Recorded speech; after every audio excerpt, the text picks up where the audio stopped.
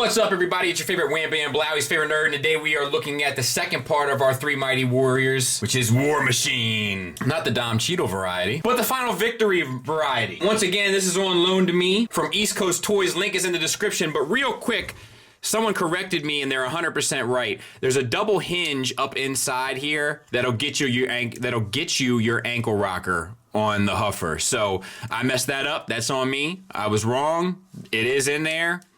You can get it to there without destroying too much of the sculpt. If you get like a crazy one, it starts to look a little goof, but it is there. It's on a double hinge and it's pretty well done, honestly. Doesn't ultimately change kind of how I feel about the figure, but certainly worth noting, especially under the pretenses of us looking at another one. So this is their Warpath. He does come with an accessory. Let's take a look.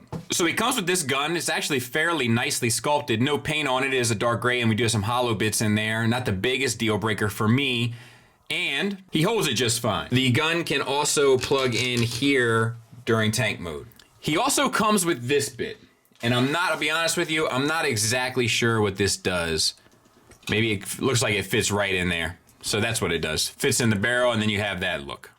And you can extend this too if you prefer this in robot mode, or you can have it kind of more compact. All depends on your sensibilities. And now we can talk about the figure. Before we do, this bit here you can have extended like this, or you can actually wrap this piece around and slide this bit forward, which is going to be kind of much more mainlined. It does, I've been hesitant to do it because it does scratch the paint a little bit. And you can do the same for this side. We might as well just go ahead and do it. So wrap this piece around, tab it in, and then double hinge this down. All right, so let's go with this look, right? It is a lot cleaner, which I'm okay with. So the head. We have silver paint on the face. We have metallic blue paint on the eyes. Looks good. It's a ball peg that goes from the neck into the head. Using it, you can get down to there, which is actually pretty decent. Up to there, which is surprisingly good as well. And then a swivel. And the sculpt looks good. Moving on, we have the torso. We do have a waist swivel. You kind of just lift this backpack up a bit. It does get caught on something. Mine does anyway. I don't know if it's a piece of flash when they cut the plastic off the sprue, but it is, you can see it, right? Right there. But it works fine in terms of like the engineering. This is die cast, at least it feels like it to me. Yeah. And then you have the barrel, which you can extend or not. So this is painted as well, which is nice. The shoulders have a single hinge that's connected here. A little tight on this arm. It's a little tight on this arm. The bicep swivel's tight on this arm. It's not on this arm. But you can still get a decent range. Like, obviously, the articulation is a little limited, but I think articulation is really a character-by-character basis, right? Like, you don't need the Hulk to have the same articulation as Black Widow. Like, they don't move the same. But you can get up to there. You can get the swivel all the way around. You get a bicep swivel that's insanely tight. And you get an elbow that gets you almost the full run. Silver paint on the forearm. Oh, and let me just so you know, I saw it. The head does spin around for the full Exorcist. We have the hands. Now, the hands aren't articulated for a swivel, but you do get a hinge in and out, which isn't hateful. I mean, it's for transformation, but that's not hateful. That's okay. I would prefer the wrist swivel, obviously, but that is a nice little thing to have, like the little bit of gap there that they allot for. That's nice. Now, for these flaps, we'll show it during transformation, but I do have a significant stress mark on mine, so just something to be cognizant of with yours. Hip skirt gets up and out of the way for ratcheted universals. Hard ratchets out, which is nice, and these are much better tolerance than the Huffer. And if you get the backpack out of the way, forward and back for pretty much the full Monty. You get a thigh swivel built around the universal, which is nice, and you get a single hinge knee on a soft ratchet that almost gets you 90 degrees, but not quite. We have some silver detailings down here on the feet. And then we have, this is die cast 2 down here, the treads. Now, ankles work great. You have a tilt all the way down and a good bit up, and this flap will cover down on the joint, so no issues there. And you have a rocker that gets you the full run. So all of that works really well. It's a much better built figure than the Huffer. Materials-wise, it kind of feels like it's cut from the same cloth. And then there he is from the back. Size comparison wise, there he is with a car bot and a mini bot, and that should give you a little bit of an idea. And honestly, for Warpath, that doesn't bother me. For Huffer, he seems a little too big in my opinion, and obviously scale is in the eye of the beholder. If it works for you, it works for you. But for me, the Huffer seems a little tall, and this guy, even though he probably is, according to the scale chart, I'm not entirely sure, it feels fine. Because he was a brawler, he was a tank, it seems fitting that he would be a bit larger, so I'm good with that. So let's get him transformed. Let's get these flaps back out of the way to go back to the way that we had it kind of initially. And we're gonna open up this flap here. I want you to, there it is. Let me get a zoom in. Can you see that? Right down there? Not good. And it makes me want to do the stress mark song. Stress marks around your hips. Stress marks around your wrists.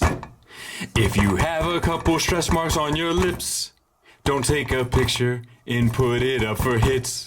Now, we're gonna tuck the hand in and we're gonna close this flap back up. Same for the other side. We're gonna disconnect this. We're gonna unplug it, wrap it around, move it towards the back. That's another stress mark, ladies and gents. Stress marks around your... And we're going to open this flap, tuck the hand in, close this flap up. Let's get the head out of the way. Extend the barrel. This piece might come out. We'll set it to the side for now. Open up this flap here, and then this secondary flap, which I might need a tool for. The head will fall in because mine is not tolerance great. This can come back in and encompass it. You've got to free these arm sections. So you need to slide this piece to the back. There. That will give you the wiggle room to get that tab out and move the arms down. Same for this side. Untab, move it down. Then collapse both side pieces. So now we're gonna clean up the arms a little bit better. We're gonna untab them again. Now you could just leave them untabbed from the first step, but you know me, and I'm afraid of these stress marks, so I wanted to cover up on it. So we're gonna collapse that, and then we're going to peg in the tracks into the back of the shoulder, and then this piece will come down and sort of come around the side of the tracks. And we're just gonna do that a second time. So collapse, we can open up this flap here, bring that down, peg in the tracks into the shoulder, and clip this around the side of that. You can bring the turret up. It's on a double hinge, just get it out of the way, because we're gonna sit these arms to the side of him, just to start getting it lined up. For the feet, just bend them down towards the bottom of the figure, and then you can collapse them up towards the center of the figure. So this is the most complicated part. We need to collapse all of this armature. Make sure that your pin is all the way in, for one. You're gonna take this, I don't know if it's gonna work. I might have to get tweezers out. Or maybe some pliers. Needle nose. There you go. All right, so we're gonna bend this one, and you see this ridge? You gotta clear that. So get it up and out of the way, and that will help you sit it as close as possible. It's on a sliding rail. And then you gotta connect all of this. So just do the best you can.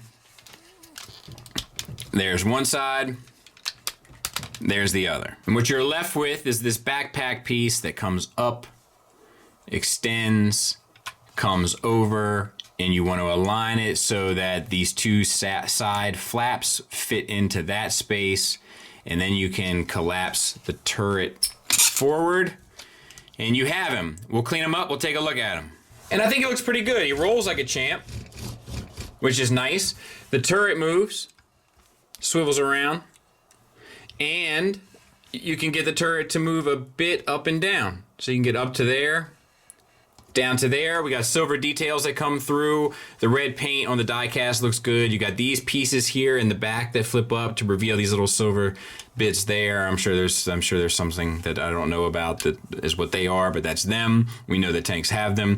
And yeah, I think it looks pretty good. I like this one a little bit. And then there it is next to Tiger Tracks. Pretty decent little job. Final thoughts. Let's talk about the negatives. We do have those stress marks. Could be an individual results will vary, but I can only speak to what I have, and we have them. There's also some tolerance issues again. Tolerance issues on the shoulders, biceps, some of the hinges, etc., etc. And then the only other real complaint I have is definitely a subjective one, but it's simply that I just don't think the robot mode looks great overall. It looks fine. It just doesn't look great. Definitely has more of that toy vibe. I know that irritates people when I say that, but I think the people that know what I'm talking about understand what I'm saying. This guy actually has more positives to me than the Huffer. I think the sculpt is overall better. It's more effective and efficient and successful at doing what it's trying to do. I actually quite enjoy the engineering of the transformation. The only part that's kind of frustrating is getting those arms to sort of line up in the back of the tank as you're moving through it, but it's not something that's impossible. It's easily accomplished. It's well articulated. Doesn't really have anything missing, that I would prefer them have added. Of course, the price is right, but I would honestly say, and I haven't looked at the Brawn yet, we'll be doing that Friday. I know that some people were like,